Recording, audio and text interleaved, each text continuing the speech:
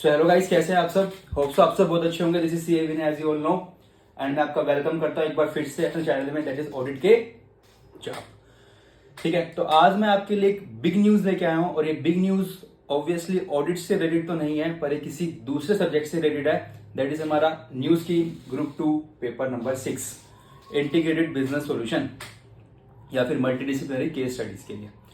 ठीक है, तो यार ये वो सब्जेक्ट आया है जिसमें आपके ओल्ड स्कीम के साथों पेपर कवर है।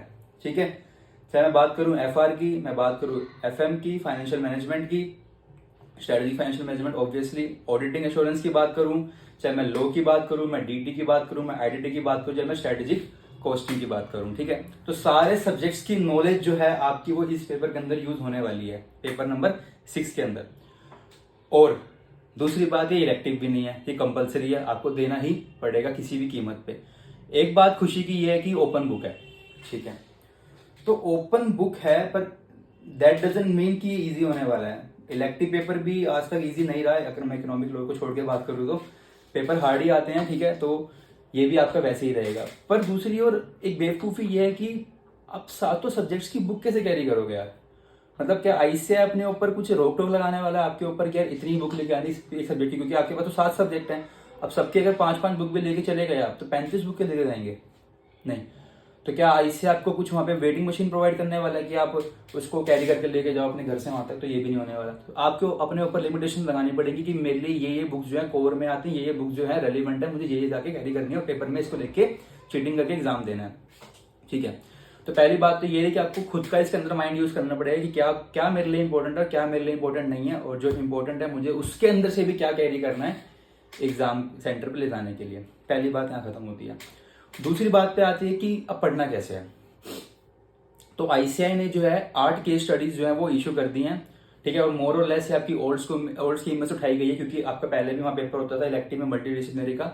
ठीक है, तो वहीं से उठाई गई है मोर और लेस केस स्टडीज आपकी, और कुछ न्यू चीजें भी एडिशन की गई है।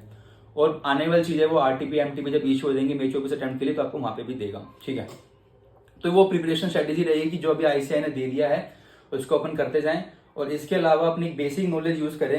अगर कुछ भी नया उठ के आ जाता है तो बेसिक नॉलेज तो अपने को रहेगी ना कुछ तो पढ़ना ही पड़ेगा। इवन तो मुझे पता है कि 99% बच्चों ने अभी तक इसको छुआ भी नहीं होगा, जो मे 24 वाले।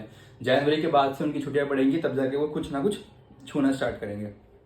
ठीक है, पर क्या लगता है कि इतना आसान होगा ये पेपर? तो नहीं होगा, आपको अभी से छूना पड़ेगा। चाहे जनवरी में छुओ, पर इस तरीके से छूना कि आपको लंबे समय तक याद रहे। क्योंकि इवन तो जिनका फर्स्ट अटेम्प्ट होगा उनको नहीं पता होगा कि यार उन्हें तो लो शायद पढ़ा भी ना है, नहीं है, या पढ़ा होगा तो उन्हें याद नहीं है, अब उसको रिवाइज भी नहीं करेंगे। दूसरी ओर स्ट्रेटेजी कोस्ट मैनेजमेंट उन्होंने पढ़ा भी नहीं होगा, पढ़ा होगा तो याद नहीं होगा। जिनके अटेम्प्ट लग रहे हैं उनको तो पता होगा कि यार लो क्या है, स्ट्रेटेजी कोस्ट मैनेजमेंट क्या है, तो उनके थोड़ा आसान रहेगा। पर जो न्यू अटेम्प्ट वाले उनको तो नहीं पता होगा, तो आपको पढ़ना पड़ेगा। ऑब्वियसली कोई आपके 8 पेपर नहीं हटे हैं, आज भी 8 ही हैं, पर वो किसी दूसरी सेकंड इनडायरेक्ट मेथड से आपके पास है। ठीक है, तो मैं सीए विनय आपको ये 8 केस स्टडीज करवाने वाला हूँ एक शेड्यूल स्पैन ऑफ टाइम के अंदर, कि आपको इस दिन ये केस स्टडी मिलेगी, उस दिन ये केस स्टडी मिलेगी। ज्यादा नहीं है, 8-8, 9-9, 10-10 पेजेस की एक केस स्टडी है, तो it will take time no doubt. ठीक है, तो मैं आपके लिए पूरी कोशिश कर रहा हूँ कि मैं इन केस स्टडीज को प्रिपेयर करूँ और आपको इस तरीके से समझाऊं सो दैट आपको ये केस स्टडीज तो समझ आई आए, साथ ही में अगर कुछ इसके अलावा आ जाए तो वो भी आप कर पाओ। ठीक है, तो मेरा सिर्फ अप्रोच ये नहीं रहेगी कि मैं आपको जो आईसीआई ने इस केस स्टडी के अंदर दिया उसका आंसर समझाया कि ये आंसर होगा, चलो काम खत्म हो गया, ऐसा नहीं होगा। ठीक है, क्या होगा वो तो समझाया, इसके आसपास जो रिलेटेड टॉपिक्स होंगे, कुछ टॉपिक आईसीआई ने केस स्टडी में डाला, इसके आसपास के जो रिलेटेड टॉपिक्स होंगे मैं आपको उसके बारे में भी समझाने की कोशिश करूंगा कि आपका सो दैट अगर इससे कुछ हटके आए तो वो आप कर पाओ, पहली चीज। उसके बाद जब आरटीपीज एमटीपीज इश्यू हो जाएंगी तो उसके अंदर तो आपका कवर होगा ही होगा ये ऑब्वियसली, तो आप वहां से भी इसको कवर कर लोगे। कुछ और केस स्टडीज आएंगी तो आपके लिए बहुत रेलिवेंट हो जाएगा। एटलीस्ट अगर आपने 12-15 केस स्टडी करी होंगी तब आप वहां पे कुछ अटेम्प्ट कर पाओगे, लिखना कैसे ये आपको पता होगा। पहला पेपर है, मैं नहीं मान के चलता इतना हार्ड रहेगा, पर इतना ईजी भी नहीं रहेगा, एक मॉडरेट लेवल का आएगा जो आपको थोड़ा बहुत मतलब आपको ट्विस्ट करेगा पेपर में। ठीक है ना, नो डाउट आईसीआई से ट्विस्टिंग के ऊपर खेलता है और वहीं वो बच्चों को रोकता है। ठीक है, तो डरने वाली बात नहीं है। जैसा हमारा ऑडिट चल रहा है वैसे हमारा इंटीग्रेटेड बिजनेस सॉल्यूशन में चलेगा।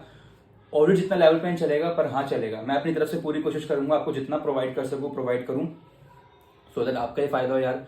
हर कोई चाहता है उनका पहले 10 में पेपर निकले, हर कोई चाहता है वो अच्छे नंबर से पास हो, हर कोई चाहता है वो सीए बने। यही मेरा ड्रीम था, मेरा ड्रीम पूरा हुआ और मैं चाहता हूँ आपका भी ड्रीम पूरा हो टाइम के साथ। ठीक है, तो मिलते हैं अपनी नेक्स्ट वीडियो में जल्द से जल्द। इसी वीक में भी नेक्स्ट वीक के अंदर मैं आपको वीडियो अपलोड करके दे दूंगा फर्स्ट केस स्टडी के ऊपर।